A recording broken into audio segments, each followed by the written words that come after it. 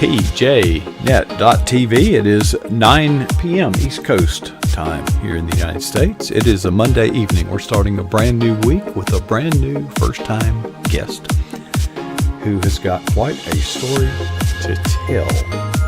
I haven't even heard it all. We're running our bumper, we're recording, we're streaming to Twitter, Facebook, and YouTube. We will begin a countdown to Studio 8 starting now.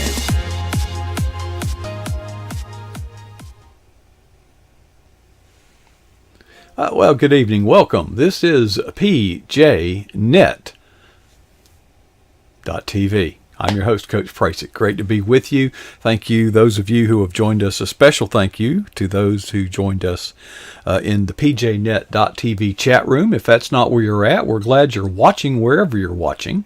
But we would invite you to join the fellowship and the friends who you haven't met yet. Use your desktop or laptop. Go to pjnet.tv.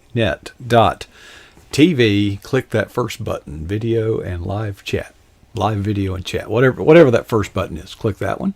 And you can watch the same program there with some wonderful friends that we have gotten to know each other over the years and years that it's been. Yeah, but you know, we've had over 200 different guests appear on the program, and it's always a great experience to have a first-time guest. And a couple of shout-outs before we get started. Tammy is a regular in our chat room, and it's my understanding that it is her birthday today. Tammy, congratulations on another lap around the sun. Another regular member of the PJNet family in our chat room is Rachel Colby. And Rachel, I don't know exactly how, maybe we'll find out, but Rachel has a friend, and she is not far down the road from me, only about 4 or 5 hours. But Katherine Hutchinson-Hayes joins us from her home in Florida. And by the way, how did you get to know Rachel? What's the deal there? Well, Rachel and we introduced ourselves to each other at a conference. It's the Blue Ridge Mountain Writers Christian Writers Conference. Shout out to the incredible people who run that conference. Oh my goodness. Edie Melson is responsible, Diane Mills, Edwina Perkins, and there's so many others that I'm probably not remembering, but I was a panelist for that particular conference, and we were talking about diversity, or the lack thereof maybe, in publishing. And I was talking about my background, which happens to be not just African American, where people would just look at me and think as African American, but also very diverse, with my mother's lineage being Portuguese Jew and my father being Scottish and Black and a lot of other things. And she came up to me afterwards and she's like, "You're not going to believe this. I'm Jamaican and I have Portuguese Jewish ancestors as well." And so we embarked on a friendship. I took a ton of pictures of her, sent them to my family, and we are researching it. It's quite possible that we are related. And so, yeah.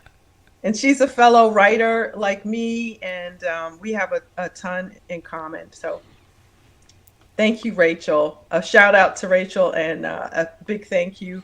And a shout out to Tammy. I don't know who she is, but birthdays are important, so... Well, for me, the more I have of them, the less important each one becomes. You know, it's really no big deal. But I've had a few more than you have, Katherine. So, well, Katherine and I had a chance to talk. We always do a dry run when we have a first-time guest, and we could talk about a lot of things. And Katherine, you feel free to just talk about whatever God's put on your heart. But I would love to hear the near-death experience where God kind of, I think the message there was God got your attention. Am I correct? Yeah.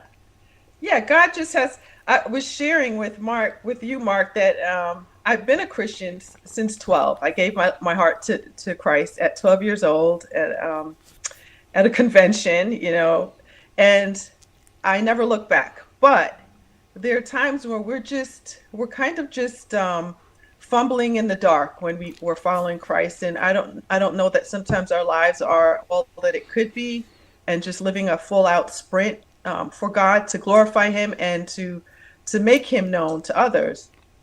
And it was shortly after the birth of my last child, who's now 14, where I ended up having a brain hemorrhage. And it wasn't, they were, and not only did I have a brain hemorrhage, but I had meningitis. And so the odds of me living were very slim. And it was so bad. The doctors had to speak to my husband, prepare him. Social workers had to prepare him and my family.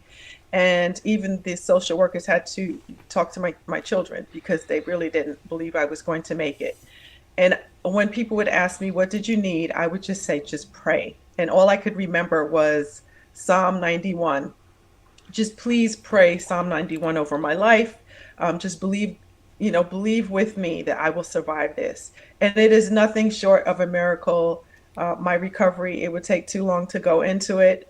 But the fact of the matter is I recovered. The doctors could not explain it. They have some medical words for it when they can't explain when a patient miraculously recovers. But during that time, in the dark, I was unable to read. I was unable to watch TV. I was spent a lot of time by myself in pain. And I just remember just telling God, like, if you get me out of this, I promise I'm going to do better. And I'm gonna live differently. And not shortly after, but it took a while for me to realize that the career, that path that I was on, as much as I loved it, I was in love with writing a lot more. And so my husband and I had a long discussion, and we decided to miraculously help me transition into writing full time and leaving a career in administration. I'd been a full time principal. Full time. Now I'm going to focus on that full time element that you just brought up, because I may be fast forwarding here. Folks, I'm going to put the website up where Katherine's work can be found. And we always do that. That's part of the routine, things that we do on the program. But I would encourage you to visit drkatherinehayes.com. DR is in doctor. Katherine with a K. For those of you who can't see the screen, it's on the screen. So, I do this we've had over 200 guests, Katherine. So I visit the website, and if I have a blog, I open that and take a look, because sometimes their last blog entry was like a year ago, or if they have a podcast, I go take a look at the podcast, and their last podcast episode was like, well, a year ago. It's unusual to find someone who is both blogging and podcasting. It is highly unusual that whoever is doing both is doing so, I don't want to say on the scale, what's the word I'm looking for, with the amount of material that you are producing, the frequency, that's the word, the frequency of material. You said you're doing this full time, and I believe you. You can't be doing that much part time. You just couldn't.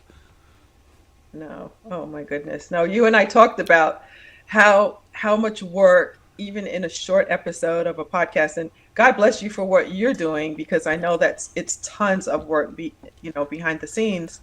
We were talking about the fact that a 3 to 5 minute clip can easily take 90 minutes to record, prepare, if you're having an off day, re-record and so on and so forth. So yeah, it's full time. Mm-hmm. This month is especially more frequent, because it seems like you are making every effort to use Black History Month as a means by which to draw attention to issues concerning ethnicity and race. Mm-hmm. Yeah, I'm celebrating Black History the best way I know how, by doing a Black History Minute. And so I mostly focus on people who are writers, authors, poets, social activists, to just highlight the many contributions of African Americans to our literary world. I know that we've had Rachel on our program, and she's a regular part of our chat room. She's part of the PJNet family. I know that race relations is kind of the message that God has called her to be the trumpet Yeah. for His word in all of this. But even if you're not that seriously into race relations, just a moment spent with the news, whether you get it on television, YouTube, social media, we're not at a good point in our country. It's almost like we're going back to the 60s.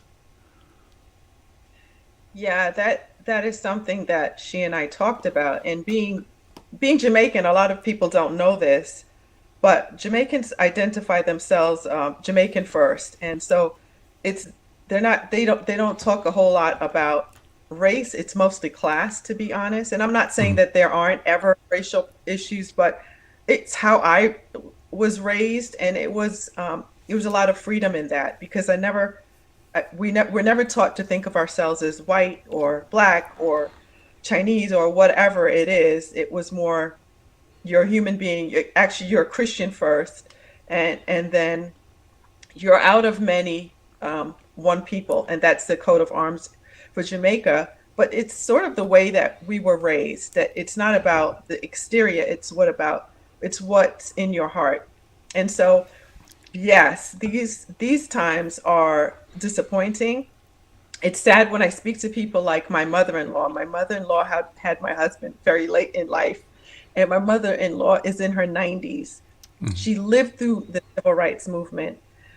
She lived in the deep South and saw unthinkable things. Her grandfather was a slave.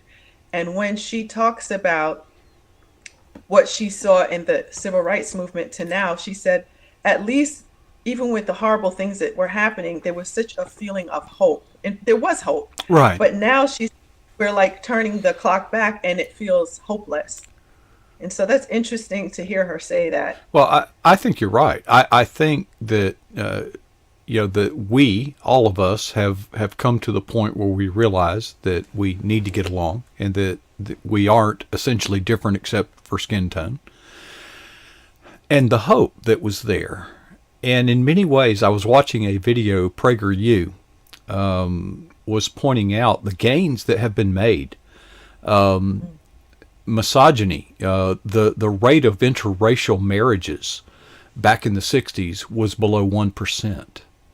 mhm. And today it's almost 14%. And I'm sure I'm misquoting this, but dramatic movement. But more Yeah. importantly, the attitudes about interracial marriages have improved even more. And there were so many ways that we've made progress. But yet, Yeah. when you look at the news today, it's almost like we're going backwards. Except now it's different because now the voices are that it is systemic, and it can't be. See, if it's systemic, it really can't be fixed, can it? I mean, short of literally tearing down the entire system and rebuilding, which is what the current strategy is. But that Yeah. doesn't offer very much hope, and they don't say what they're going to rebuild as. How's it going to be better if you start it over? Yeah. Uh, I th- I think the systemic approach is just because of people not being heard. And unfortunately, when you try to suffer the voice of a people, it's got to come out some way. So that is a very complicated and layered issue. But I know that each of us as Christians can do our small part to make a huge difference. And that's one thing I really admire about Rachel and all the work that she's been doing in terms of race. And even in my work, I'm working on the sequel of my manuscript. In my first book, the working title is a fifth of the story. And even though it is a shoot 'em up, bang bang thriller, the heart of the message is about friendship, and it's about race relations, and it's about hate, and it's also calling our Christian brothers and sisters, first and foremost, to set an example to the world. I feel that journey belongs to the church. We should not let the world have to take the reins of race um, reconciliation. Well, you bring up an interesting point worth focusing on because during the 60s, the civil rights movement was based on the foundation of black churches, which I object to the word black church. It's a Christian church. Okay, there's really no such thing as a black church and a white church. There's churches, we are the church. There are congregations. But anyway, but there was a moral fabric that was clearly anchored to the scripture. Not anymore. Yeah. Well, the black church came out of necessity because of segregation and because of the race issues where they weren't permitted to worship together, unfortunately. And thankfully, the black church created, I think, if not all, the majority of universities so that African Americans could be educated, which they really craved. And so there many things were birthed from the black church, thankfully. But we're at a point now where it shouldn't be white, black churches, Korean churches. It should be the church, like it you is said. the church. Yeah. Well, there are Yeah. congregations that are ethnically influenced. We have Korean congregations, and they speak Korean. So there's really no point in me going there. There's no. Very interesting. Time is slipping away from us. I wanted to bring up. You have published a book, and I'll put it up there on the screen. And it's God's Little Black Dress for Women. Now, tell us about that book. But you're publishing also follow up with. You're doing a lot of ebook type things, aren't you? Yes. Yeah. So I have many books also. They're very inexpensive. They're devotionals. They're lots of fun, and they're super affordable on my website. But this is a physical book that you can also order. It's you can get it anywhere books are sold, and the subtitle is How to Put On the Full Armor of God Without Losing Your Femininity. And that book was written. It's almost like a love letter from my heart to my girls' hearts, and to tell them how to armor themselves for this modern world as a female and still be cool. Is today's culture more conducive to that sort of thought than it would have been maybe 15, 20 years ago? Conducive to what? Well, females are increasingly beginning to occupy leader, not only in the workplace, but now leading in the workplace. They're having managerial positions that have historically been dominated by men. So the die had been cast for a masculine type model for leadership. But you've been the principal of a school, for example. Yes. That would have been unheard of.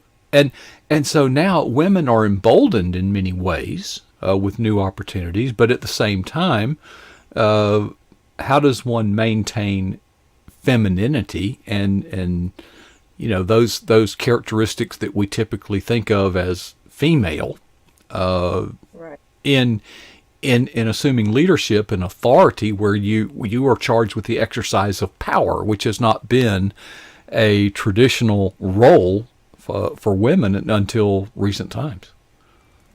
Exactly. That's so good.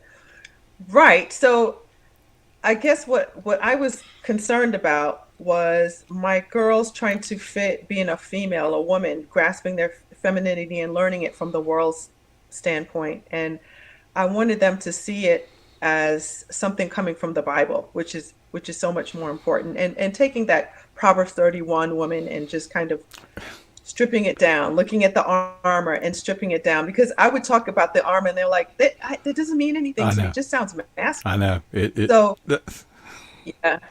So I had fun using fashion. I talked about Chanel and and her journey creating the little black dress, and I compared her to Esther, and so on and so forth. And so it's just, in a nutshell, teaching us how to be strong, take those leadership roles, but still know what it is to have that look like something that Jesus would approve of.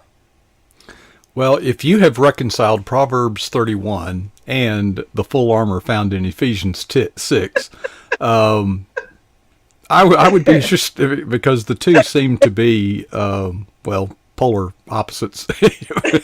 uh, Swords, boots, helmets. So does your daughter wear a helmet? Maybe we all should. But that's a fascinating.